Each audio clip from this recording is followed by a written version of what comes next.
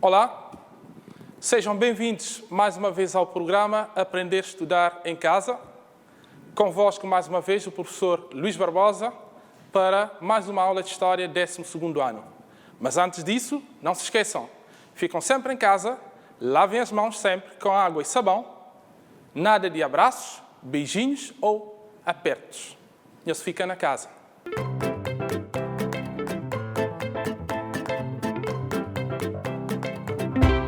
Ok? Então vamos lá para o sumário da nossa aula de hoje. Nós temos a descolonização nos países do terceiro mundo, conceito de descolonização e autodeterminação, momentos e modalidades da descolonização, Conferência de Bandung, nesse caso, vamos ver dentro da conferência tempo e espaço, participantes dessa conferência e princípios saídos da conferência.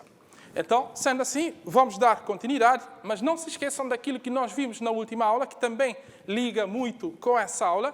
Nós tínhamos falado sobre a criação da ONU e não só, também sobre a questão da Guerra Fria, mas, no entanto, sobre a ONU nós falámos sobre a criação, foi, nesse caso, já no mês de abril a junho que começaram a reunir, oficialmente conhecida, ou seja, como Nações Unidas, já a partir de outubro.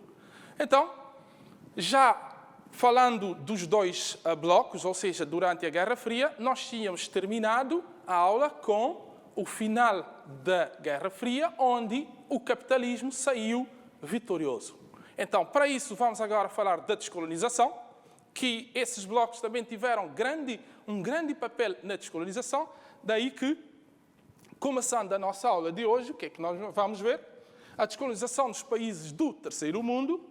Então, primeiramente, para dizer que a descolonização é um termo recente da segunda metade do século XX, que exprime independência ou autodeterminação, reconhecida pelas potências colonizadoras às colónias, nesse caso, tanto África e Ásia, sobretudo entre os anos 50 e 70, embora nos finais do século XIX as colónias americanas já tinham ascendido à independência.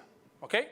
Então nós vamos falar essencialmente da descolonização da Ásia e da África. Mas não se esqueçam de que antes disso países da América já tinham ascendido à independência, ou seja, nos finais do século XIX.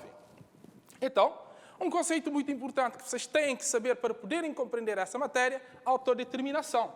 Ato que permite ao povo escolher livremente como, nesse caso, aliás, que destino ele quer para o seu país.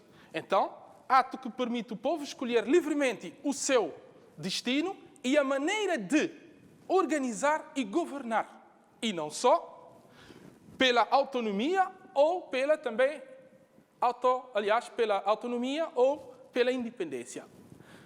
O povo pode escolher se ele quer ser autónomo ou se ele quer ser, nesse caso, independente. Então, a autodeterminação lhe confere esse poder de escolher autonomia ou independência. Tomem grande cuidado que esses dois termos são diferentes. Está bem?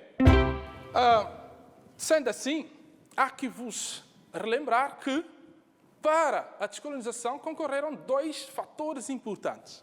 Mas antes disso, a descolonização foi um marco importante do século XX, cujas raízes remontam à Primeira Grande Guerra Mundial.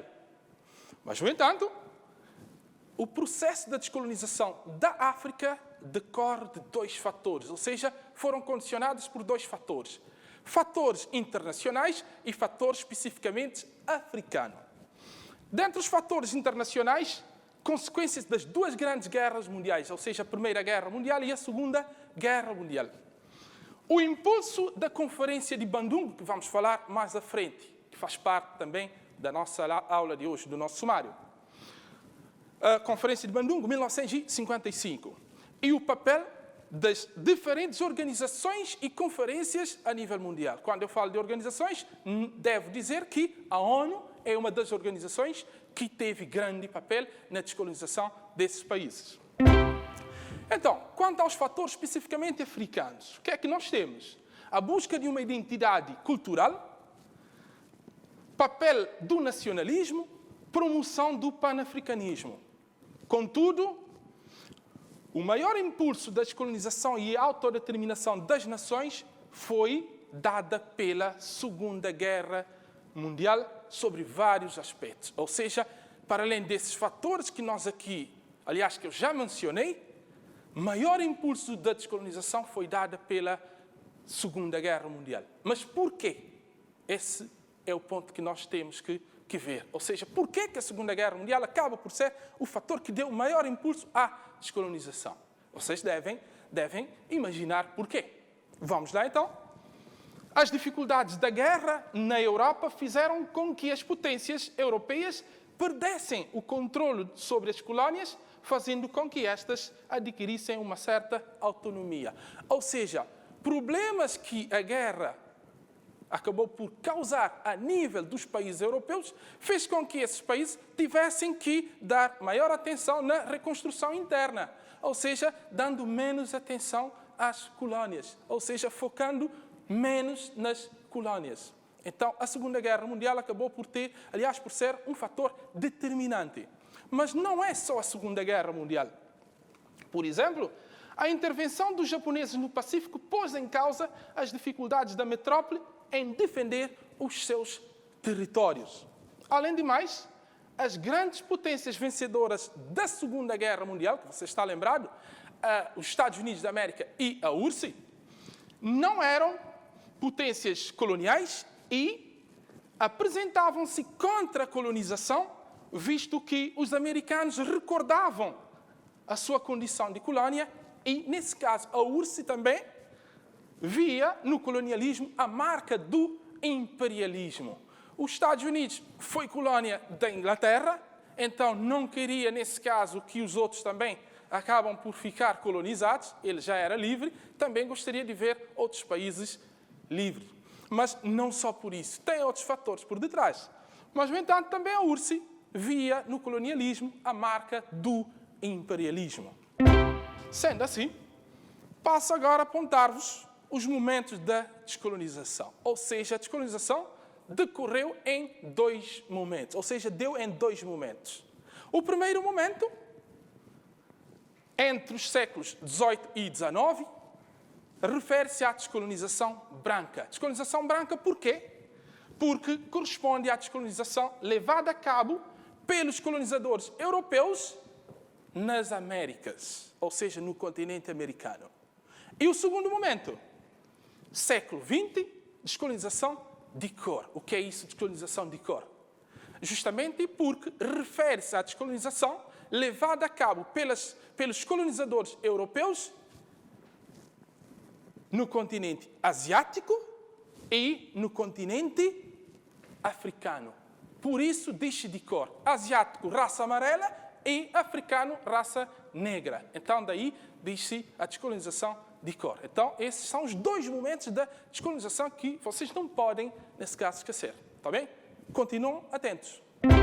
Então, a descolonização também decorreu em duas modalidades. Ou seja, tivemos duas modalidades da descolonização. Uma, por via pacífica, ou seja, onde há negociação entre o colonizado e o colonizador, e o outro, por via de conflitos. Ou seja, se não queres negociar, então vamos à luta. É isso que aconteceu em muitos países a nível da África, a luta armada para ascender à independência. Então, temos esses dois, via pacífica, através de negociação, e via de conflitos, onde houve guerras coloniais. Está certo? Até aqui vocês estão a acompanhar? Agora, passamos à outra parte também que tem a ver com a descolonização, ou seja, a Conferência de Bandungo, que vem nessa sequência da descolonização. Ou seja, chegando a um determinado momento, os países que estavam na situação de liberdade queriam também, em parte, contribuir para a descolonização dos outros. Então, primeiramente, temos que ver o que significa isso, o que é isso de Conferência de Bandung, onde, quando é que aconteceu essa conferência. Ok? Foi uma reunião de 29 países asiáticos e africanos em Bandungo, Indonésia, Ilha de Java, entre 18 a 24 de abril de 1955, com o objetivo de traçar ou mapear o futuro de uma nova força política global. Nesse caso, que força política do terceiro mundo, visando a promoção e cooperação econômica e cultural afro-asiática. Ou seja, fala-se da Conferência Afro-Asiática, então significa que nós estamos, desse modo, a falar da promoção, cooperação econômica e cultural afro-asiática, como forma de oposição ao que era considerado colonialismo ou neocolonialismo por parte dos Estados Unidos e da União Soviética. Ou seja, esses países queriam ser livres, queriam ser independentes, mas, no entanto, não queriam continuar a depender economicamente, culturalmente, dos dois blocos, ou seja, dos Estados Unidos da América e da URSS, porque estávamos perante a Guerra Fria. Então, sendo assim, podem ver que eu tinha referido há pouco, são 29 países que participaram nessa conferência. Então, passo agora a citar esses países, que são 15 países da Ásia. Depois vamos ver qual é o motivo da participação de maior número. Afeganistão, Birmânia, Camboja, Ceilão, República Popular da China, Filipinas, Índia, Indonésia, Japão, Laos, Nepal, Paquistão, República Democrática do Vietnã, Vietnã do Sul e Tailândia. Temos a outra parte, ou seja, 8 países do Oriente Médio, Arábia Saudita, Iêmen, Irã, Iraque, Jordânia, Líbano, Síria e Turquia. Então, esses são do Oriente Médio. E agora, da África. Então, da África nós temos 6 representantes, ou seja, 6 países. Costa do Ouro, atual Gana, Egito, Etiópia, Líbia, Libéria e Sudão. Vocês podem perguntar, mas por que é que um continente que tinha talvez todo o interesse de estar presente tem poucos representantes? Claro, só poderiam estar se eram livres. Eles não eram donos dos seus próprios destinos, daí que não poderiam.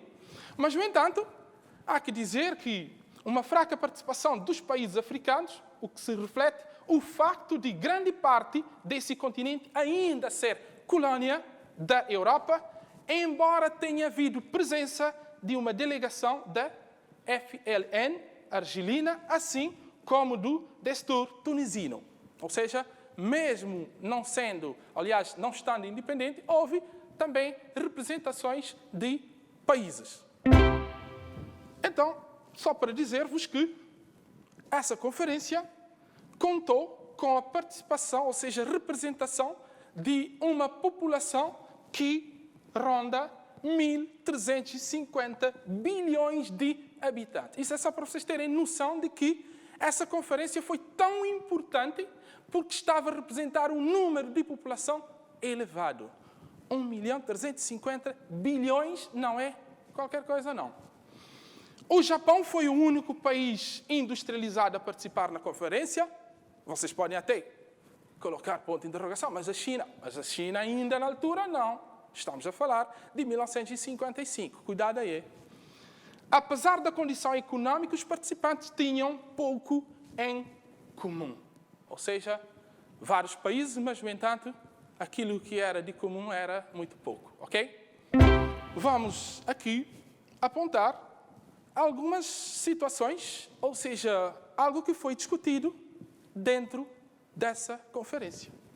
O encontro propôs a criação de um tribunal da descolonização para julgar os responsáveis, nesse caso eles queriam julgar os europeus como colonizadores, pela prática de políticas imperialistas entendidas como crime contra a humanidade, mas a ideia foi vetada pelos países centrais. Ou seja, havia países que estavam contra essa ideia de criar um tribunal para julgar. Eu não sei até que ponto que isso seria viável, mas vocês podem também analisar e ver. Bandungo deu origem a uma política de não alinhamento, isso também foi muito importante, uma postura diplomática e geográfica de equidistância das grandes potências, através do qual dezenas de nações tentariam não ser transformadas em brinquedos dos dois gigantes da Guerra Fria. É muito importante. Chegou a uma determinada altura que os países do terceiro mundo já não queriam fazer parte de brinquedo dos EUA e da URSS. Ou seja, durante esse período, o que é que eles queriam? Justamente queriam ganhar adeptos ao comunismo e ao capitalismo. Então, esses países não estavam, em parte, satisfeitos com essa política. Não queriam estar nem com os Estados Unidos política capitalista, nem com a URSS política socialista. Daí surge uma terceira via, não alinhamento. Okay? Na conferência a conferência contou com a participação de grandes figuras a nível mundial.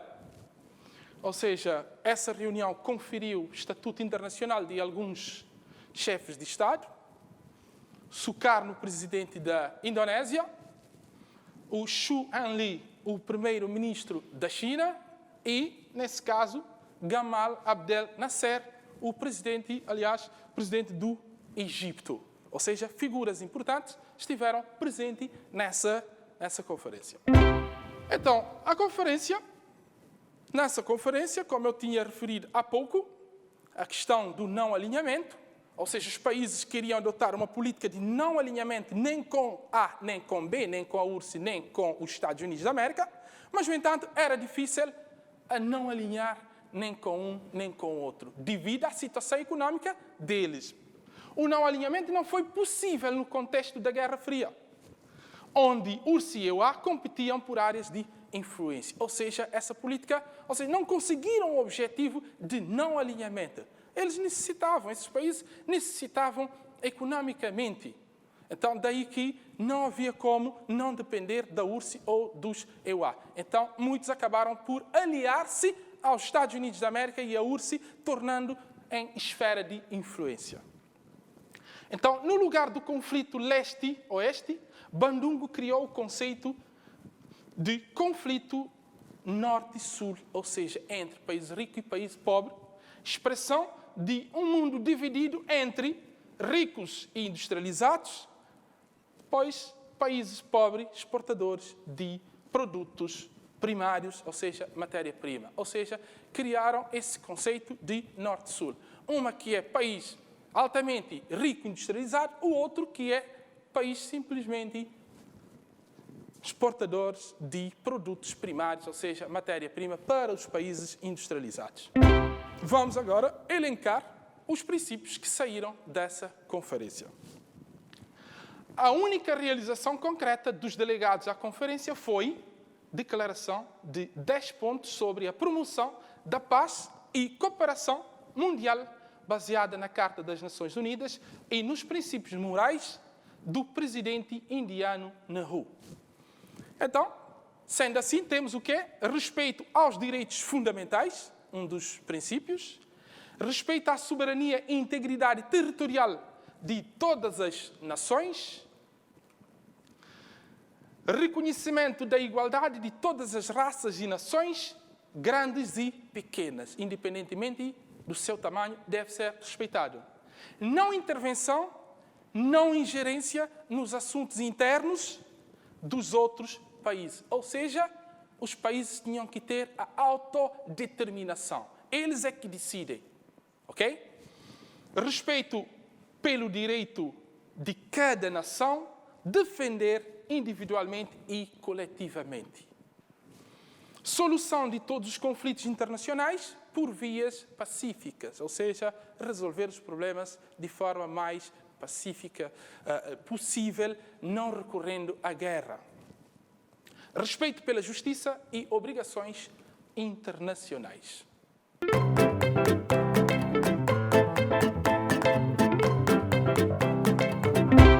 Ok? Então, para ver se vocês estiveram atentos durante as minhas explicações, vamos agora passar a um pequeno exercício.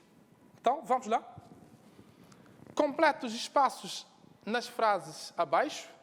A descolonização do terceiro mundo decorreu em espaço primeiro momento entre os séculos, espaço, e refere-se a espaço.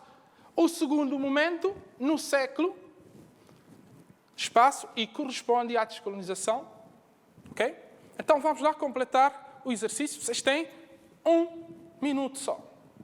Rapidamente. Vamos lá.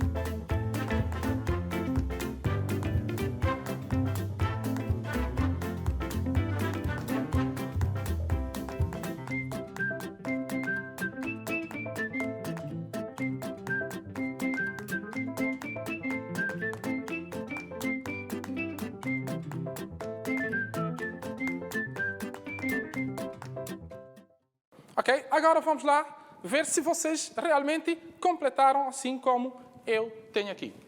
Então, a descolonização do terceiro mundo decorreu em 2 momentos. Primeiro momento entre os séculos XVIII e XIX e refere-se à descolonização branca. O segundo momento no século XX e corresponde à descolonização de cor. Certo? Fizeram assim? Agora passamos ao segundo exercício. O segundo exercício das afirmações apresentadas assinala com um X as que são falsas e corrijas. Em 1955 teve lugar uma reunião de 29 países americanos e africanos e este foi denominado de Conferência de Bandung. No encontro de Bandung, propôs-se a criação de um tribunal da descolonização. Terceiro, um dos princípios saídos da conferência foi o respeito aos direitos fundamentais. Quarto, os princípios da conferência foi o respeito pela justiça e obrigações nacionais. Então vamos lá, vocês têm 1 minuto também para completar, aliás, para resolver o exercício.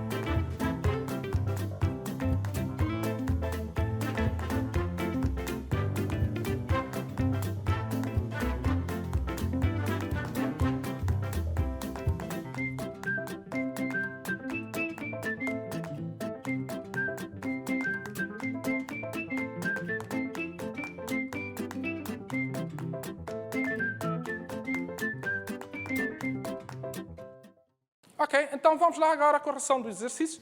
Penso que vocês também fizeram assim como eu. Então, para comparar, vamos lá. A primeira questão é falsa. Falsa por quê? Porque nós aqui vimos que em 1955 teve lugar uma reunião de 29 países asiáticos e africanos, não americanos, ok? A segunda está certa, terceira certa, então quarto também é falso, ou seja, está errado. Por quê? Porque nós vimos que um dos princípios da conferência foi o respeito pela justiça e obrigações internacionais e não nacionais. Está bem? Por isso que está errado. Então, aqui temos que tirar asiático, aliás, americano, colocar asiático, e aqui, em vez de nacionais, fica internacionais. Está bem? Espero que vocês tenham feito assim como eu. Está bem? Então, continuam lá atentos, porque agora já estamos praticamente no final da nossa aula. Vou deixar-vos então com um pequeno trabalho de casa.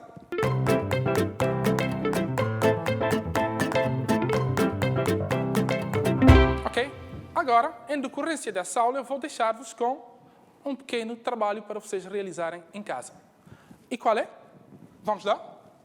Apresenta alguns fatores que condicionam a descolonização portuguesa, caracteriza o Estado Novo implementado em 1933, quais foram as principais formas de resistência ao poder colonial. Ok? Então, vamos lá, copiam rapidamente.